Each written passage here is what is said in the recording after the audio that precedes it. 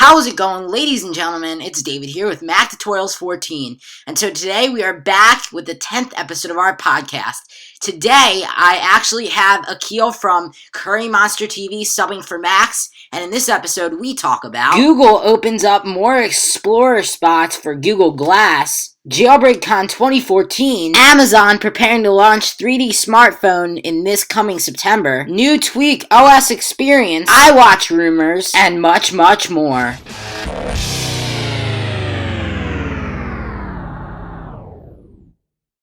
What is up, ladies and gentlemen? This is David with Mac Tutorials 14. This is Let's Talk Tech episode number 10. I have my co-host on the line, Akhil from CurryMonsterTV. He's currently filling in for Max from another Apple News this week. What's up, Akhil? How you doing?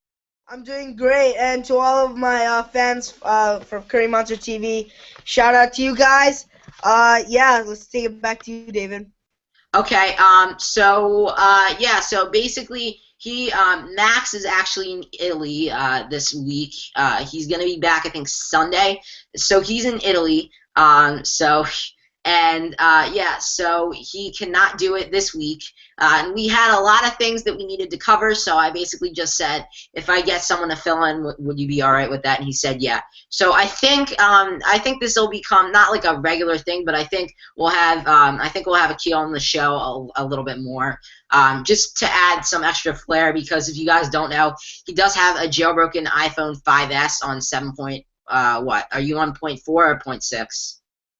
I'm on 7.0.4.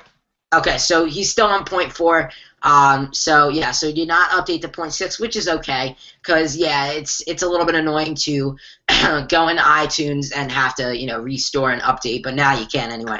So let's go ahead and get started. So the first topic that we have today to talk about, the first thing on the docket, is Google Glass. Is actually going to be publicly sold tomorrow. It's going to be priced at $1,500 for the Explorer edition. Now, Akhil did tell me that it's going to be public, obviously, but he did tell me it's going to be placed around in the market to $299, $399 for. I would actually say it would be around $399. And it's definitely not going to be publicly sold tomorrow. It's going to be, they're just going to be having a lot more Explorer Edition spots tomorrow. I don't think that they're going to be publicly selling them until late summer. Right.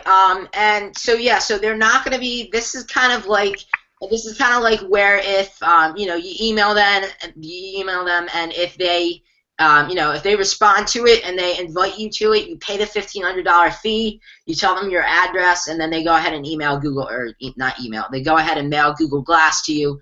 Now, actually, Akhil here has actually demoed Google Glass, so if you care to explain your experience with Google Glass, I think the viewers would like to hear that.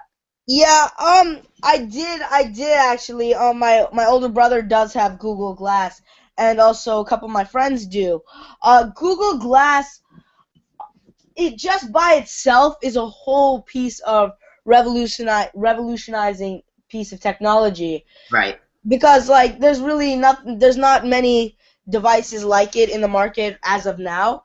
So but the thing is, paying $1,500 for literally a piece of metal on your face is not, I don't think is worth it. But as a lot of rumors have confirmed this, and Google has confirmed this in the past, is that a year after the Explorer edition was released, they're gonna start selling it. They're gonna start retailing it for around $399, $499, around that price range. So if I were anybody who's looking to get Google Glass, I would say wait. I would say wait to the end of the summer, midsummer.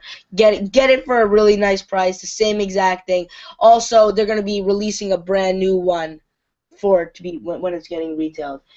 But you asked me to tell my experience with Google Glass. Mm-hmm.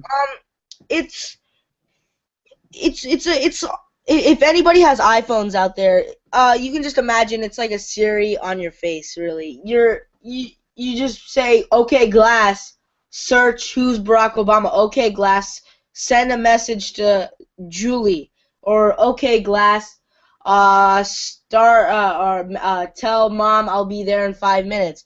Okay, Glass, make a call. Or okay, Glass, take a picture. Something like that. It's really a Siri for your face. Really, it's like a hands-free kind of Siri that like looks really futuristic. So do you think, because I've heard a couple of things about this, it's very revolutionary, and I think it's a fantastic idea. Do you think that there will be a lot of problems with this when this comes out? Because obviously there's a lot of things at risk here. I mean, if you're, you could definitely become distracted by this device. Actually, coming to distracted. Actually, I wanted to bring up this there was this article by Mashable.com. Their Google Glass, like since Google Glass, like as we were saying, it's such a revolutionizing piece of technology. It's so expensive. You don't see a lot of people wearing this. Actually, it's not really common. Actually, the other day I was walking at ShopRite at the supermarket, and I saw a guy who's wearing Google Glass, and I was like, okay, that's a nice Google Glass you have, and I just gave him a compliment because I know how much he paid for that. So I was like telling him that, and then yeah, he said thank you, but actually there's going on that there's a lady actually I think a month ago who was attacked in a bar or a restaurant. I'm not sure if it was a bar or restaurant for wearing Google Glass. I mean, I think the reason people are getting Google Glass is for the technology. I don't think they're gonna try to show off, really. You know what I mean? Like kind of brag. You know what I mean? Mm-hmm. And actually, I'm looking at this right now. She says, quote, I was assaulted for wearing Google Glass, unquote, in San Francisco. Yeah. Quote, not knowing what to do, I scooped up the remains and continued to follow, unquote. And it goes on to say how she described the accident, and she basically says, basically, they. You know, she was saying, is it quote unquote like is it any different from being assaulted because of the car you drive, the clothes you wear, or as sometimes just happen just because? But the thing is, she makes a really good point there. Is because if I drive a Ferrari, are you gonna assault me because I'm rich? No, you're not. You're not. You're not gonna assault. You're not gonna assault someone. So then, why is it any different if you have Google Glass? If you have a really nice piece of technology, you may be jealous, but you don't need to show your anger or your jealousy onto someone who probably paid a lot of money for that piece of technology. Right, but the thing is, that's all good and everything, but then when it comes down to, because, like I said, this thing, there's a lot of risks at hand. Someone could be recording you, and you might not even know it. So that's, I don't know what the person that attacked her was thinking. Maybe they were jealous. Maybe they thought that... That's a great point, actually. That's a really great point, actually, because you can't tell, really. You can't tell whether someone's taking a video of you or not, because obviously if someone's like, okay, Glass, take a video or record a video right next to you, you're gonna be kind of, what the hell is he doing, like Right. So I definitely think there's a lot of things at risk with this technology, just because it's new. It is the Explorer Edition, so it's not exactly retail yet. I think they still have a lot of bugs and issues to fix while before public release, before retail. And I think for good, this thing's really going to be a revolutionary piece of technology. And I've heard a couple of rumors that Microsoft and Apple are going to try to jump on the bandwagon and release some sort of eyewear, because I know Apple has got their new iWatch. There's been rumors for that, and we'll talk about that later. Later in the podcast, yeah. Yes. But yeah, so and then Samsung has their Galaxy Gear, but no one has really been competing with Google yet, and I think that's probably what we're going to start to do. Yeah, no, I was actually looking at like a month ago or a couple weeks ago, I was looking at a couple of these glasses that are really cheap, but they're smart. They're called smart glasses. Hmm. Uh, Not to get too into them. I forgot what the brand name was called, but they didn't look like Google Glass, like cyborgish. They look like a pair of Oakleys, or a pair of Ray-Bans. Like if you had a Ray, it wasn't like a prism right in your face. It was literally the screen was kind of displayed over the sunglass lens. You know what I mean? Right. So yeah, so they do have different lenses for Google Glass as well. You can wear the standard one, which is it's just kind of like, it looks A a little, metal frame. yeah. And then also they came out with like a sunglass piece where you just kind of put it on. You flip it over top, I think, and then it's kind of like sunglasses for when you're in the sun. But how do you know how much charge this thing runs on? Because obviously, you're gonna. How much those ones cost? I really don't know exactly what the brand is called, but I know it was retail. But it's not for sale yet. It said it was gonna go out for sale in about like 2015, 2016. It's still in a prototype kind of phase, but the company did say that they were gonna release it for about like $500, $600, way cheaper than Google Glass as it is now. Before Google Glass goes for sale for around $399, $499. So that is just another company that's making Google Glass. I have a feeling that Apple, and Samsung are not out of the wearable gadgets market, especially Apple, because Samsung has already kind of broke into the wearable gadgets market, but Apple hasn't even touched it one bit. They don't have one gadget, a wearable gadget whatsoever. So that's why I think Apple this year is gonna have they're gonna release a lot of wearable gadgets, including the iWatch, which we will talk about later. But as I was saying about Samsung and Apple, is that I have a feeling that secretly they're working on something like Google Glass, except like an Apple Google Glass, something like that, or a Samsung Glass or whatever they would call it. So yeah, I think because what I'm trying to say is that I don't think that Apple or Samsung is gonna let Google just kind of take over the eyewear gadgets, if you know what I mean. Right, and I think you're definitely right because they've had such a consistent battle, I guess, consistent thing, saying Samsung and Apple, where it comes to the phones, the Galaxy S5 versus the iPhone 5S. The iPhone 5S had Touch ID first, and then because, they patented that name, Samsung wanted a biometric fingerprint scanner, so that's what they named it instead of Touch ID. And I saw them both tested out in a video. They are similar, but they are different. As me, I'm an Apple geek. I don't fall for any of these Android things. Bigger screen. I don't give two craps about that. But me having a 5S, the fingerprint scanner is the Touch ID is amazing. If anybody has a 5S out there and your 5S is jailbroken, there is a tweak called Virtual Home. Right, and I think we did mention that in a couple episodes back. Basically, what Virtual Home does, if you guys don't know, it mirrors the home button. So if you want to go ahead and hold your finger on Touch ID while your phone is unlocked, it's actually going to surface as a home button. You don't actually have to click it in. You can reduce the wear and tear on your home button. And I think that's pretty awesome, considering that I know some people are like, I don't really want to press this. Because when I ask certain people and they have their phones jailbroken, they say, well, because of these tweaks, OXO 2 and Virtual Home, I really never use my home button because I have all of these activator gestures set up. I swipe up and then I get the multitasking or what. I mean, I don't need the home button anymore because I have Virtual Home. I have this. I have that. So that's what I'm talking about. So basically, The it's a home really button. nice. You need the home button, but the virtual home is really responsive. It works. It doesn't even need your fingerprint.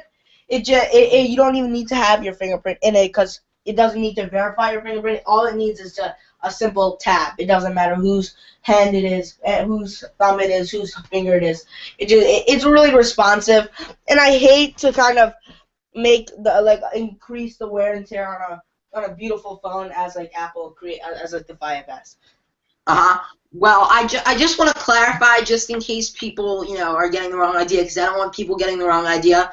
But this tweak only works exclusively on the iPhone 5S because it has that new Touch ID feature as well as the A7 and M7 chip, and they function together. So, if the iPad Mini or the iPad gets updated, soon with Touch ID, then it'll work. But right now it's just, exclusively the iPhone 5S because that is the only Apple product as of right now that has Touch ID. So if you have, an iPhone 5S and you have it jailbroken, this is definitely a must-have jailbreak tweak for your iPhone 5S. Definitely a must-have.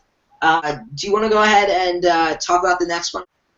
Okay, so So basically, Jailbreak Con basically happened yesterday and the day before that, and this happened in San Francisco.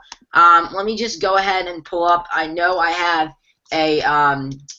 like a little thing where it tells the people that were there. So let me go ahead and just pull that up. Just go ahead and do this, and then we can. Okay. So I have the schedule here. So basically for Sunday, Saturday and Sunday of this weekend, it was going on in San Francisco, and it was not actually a live. It was supposed to be a live event for both days. They were supposed to be live streaming, but the way the way the room was set up for the first day, they couldn't get the live stream to work. So they rearranged the room, and Sunday they had it on live, and I saw some of it. But basically 9:30 San Francisco time, really that was like 1 o'clock Eastern Standard Time here, but the doors opened, and then 10 o'clock the conference started. Everyone got in their seats and everything, and then at 10:15 the first person that spoke was on, who is Joshua Tucker, and he's famous for elegant tweaks including Call Bar, Reveal, Arpsigo, and Emblem. Then at 10:45, after he was done speaking, Stephen DeFranco, aka I Hate Snow, developer of a whole collection of useful tools for jailbreakers including POSIX, Snowbreeze, and iFaith, spoke. 11:15 they took a break.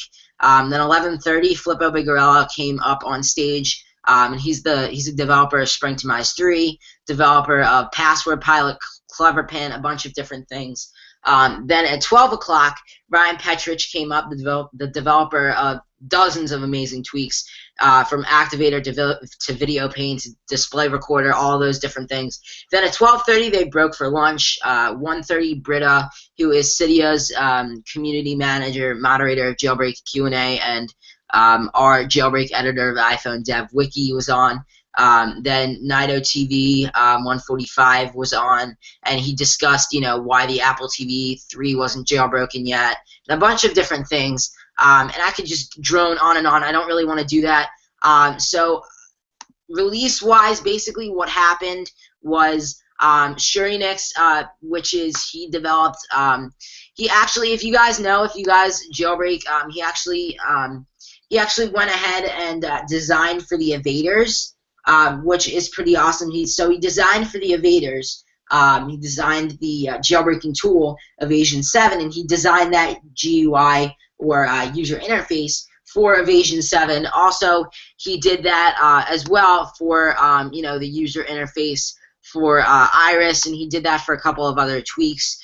So yesterday he kind of had a Steve Jobs moment when he went up on stage and announced this new composing tweak called Akhil, and it is in the 1.0.0-1 stage. And it is $3.99 in Cydia's Big Boss repo if you want to go ahead and get that. But it's a simple, quick reply compose and more tweak, and it's a pretty amazing tweak. It's pretty awesome. It looks like Akhil is busy right now. Back. I'm sorry, guys. I'm sorry. That's okay. Yeah, it was this guy named John. He was from he was from YouTube. He was calling me to confirm my stay. Uh-huh. Okay, so we'll talk about that later, but let's get back into it. So basically, I guess we can just go right into it. Well, yeah, well, I'm basically done with this with Jailbreak Con, but basically, it's a really cool tweak. You can pick it up for $3.99 in Cydia's Big Boss Repo if you want to get it. And so yeah, so actually, Flippo Big Girl, when he was up there yesterday, he actually released a statistic that I thought was pretty wild.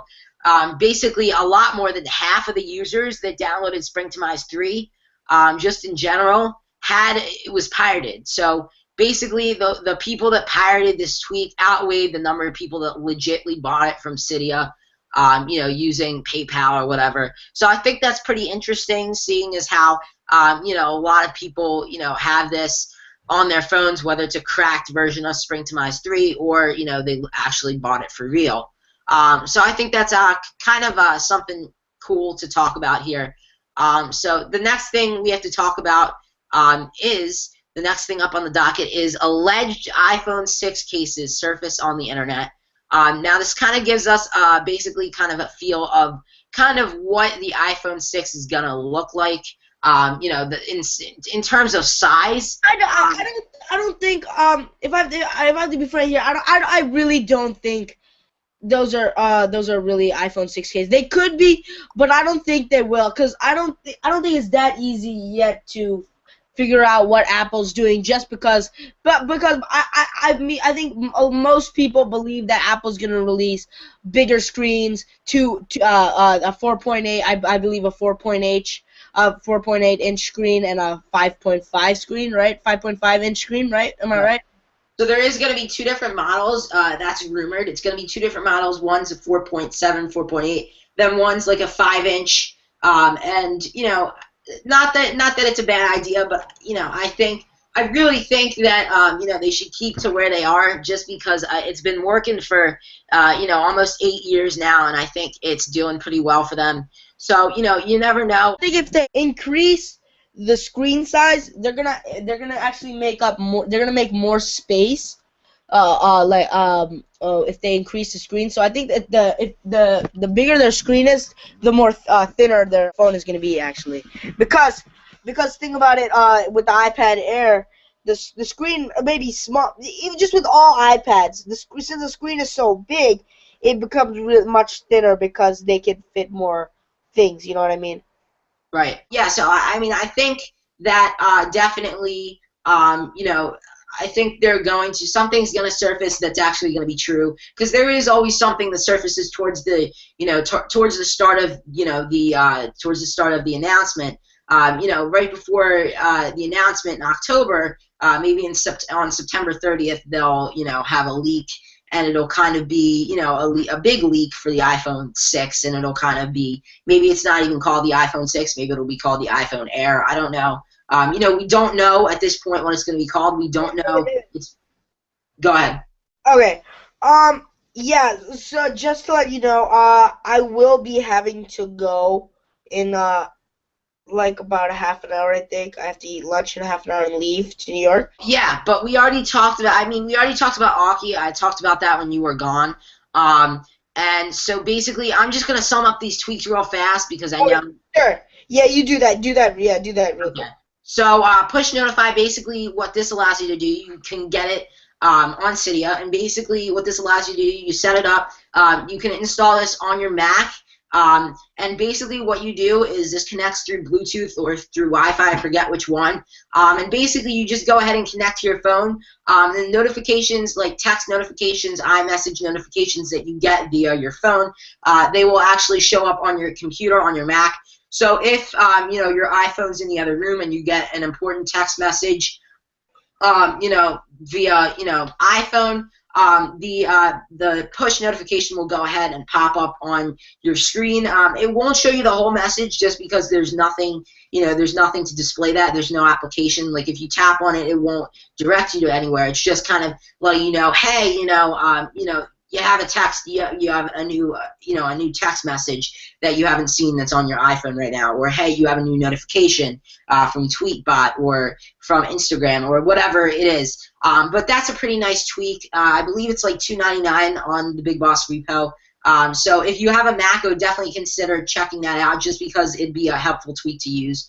The next thing is called Priority Hub, basically going by the theme of notifications on your iPhone. Basically, it's basically like a BlackBerry style notification thing where once you get a notification from your iPhone, it basically goes ahead and displays it in a different way.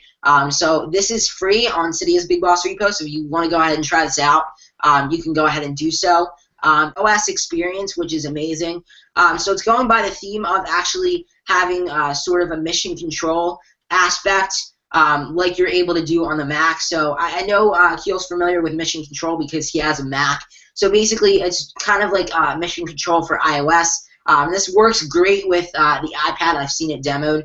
So this is not available on Cydia yet. The developer has said that he will try to get it on Cydia in the next couple of weeks. But it's just a kind of new tweak to touch on, and it's supposed to be really awesome. It's a mission control for iOS. So that's the tweak called OS Experience. And then the last tweak that we have to talk about, Articon, is basically it's a tweak for music that when you play the music, the icon for the music icon will change to that album artwork. So you can play, I know you will have turned down for that song, so you can be playing that song, and then it'll show you if it's got that cover art, that album art, it'll go ahead and instead of the normal music icon, it'll switch that to the album art. Now it doesn't only work. It doesn't only work for the music icon. It also works for the video icon. So if you're watching like a movie from Netflix, or if you're watching the default videos app, and you're playing, let's say, SpongeBob, then it'll go ahead and switch the album artwork. So it'll switch the icon artwork to that. So that's a pretty nice tweak. Do you think you'll get it? You think? I'm not familiar with RBCon or whatever you're saying, but it sounds cool. So let's turn it back to you. Okay, so this is, okay, we have a couple more topics and then we're going to wrap up for the day. So Amazon is preparing to launch its 3D smartphone in September of this year. So this is the first time I'm hearing about this. Did you hear about this, Akhil?